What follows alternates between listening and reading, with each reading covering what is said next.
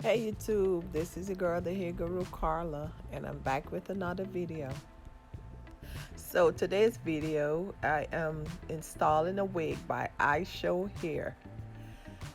The wig is a frontal 16 by 4 lace front wig. Also, it's 24 inches straight. So I already went ahead and bleached the knots. The lace is like a natural color, but I still had to go ahead and bleach the knots to make it look as natural as possible.